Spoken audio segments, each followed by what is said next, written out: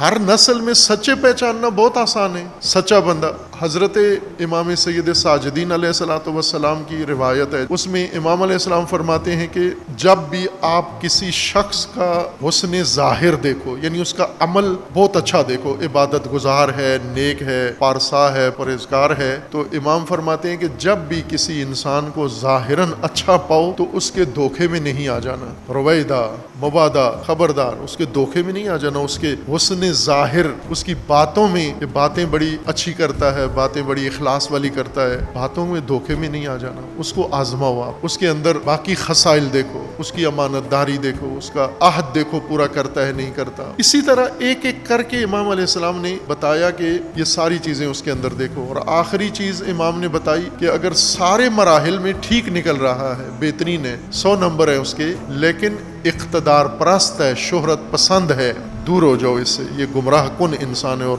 تمہاری دنیا و آخرت تباہ کر دے گا. اب بر ہم نے اپنے معیار بنائے ہوئے ہیں. بر کسی کو دیکھا کہیں کوئی اچھا کام کرتے ہوئے تو وہیں ہم نے فارمولہ بنا لیا، اس سے بہتر انسان کوئی اور نہیں ہے. اس کا دوسرا پہلو بھی ہے، صفحے کا دوسرا حصہ بھی دیکھو، تصویر کا دوسرا رخ بھی دیکھو، وہاں کیا کرتا ہے. ایک صحابی وفات ہو گئی ان کی، رسول اللہ خود حاضر ہوئے، ظاہراً جنازہ بھی پڑھایا حضور نے اور اس کو دفن بھی کیا، اور دوسرے صحابی نے غیبتہ ظاہر کیا، رشک کیا کہ کتنا خوش قسمت ہے جس کو رسول اللہ دفن کر رہے ہیں، جیسے رسول اللہ جنازہ پڑھا رہے ہیں. یہ تو سیدھا گیا بہشت میں. رسول اللہ نے کہا کیوں جلد بازی کرتے ہو، جس چیز کا علم نہیں ہے کیوں اس کا اظہار کرتے ہو. تو تعجب سے کہا کہ یہ نہیں جائے گا جنت میں. حضور نے کہا نہیں جائے گا یہ جنت، اس لیے کہ اس کا رویہ اپنے فیملی کے ساتھ ٹھیک نہیں تھا، بد اخلاق تھا. گھر میں باہر لوگ تعریفیں کرتے ہیں اس کی، لیکن گھر والے عذاب میں اس کے اخلاق کی وجہ سے مبتلا تھے. تو جلد بازی کیوں کرتے ہو کہ یہ سیدھا جنت میں چلا گیا.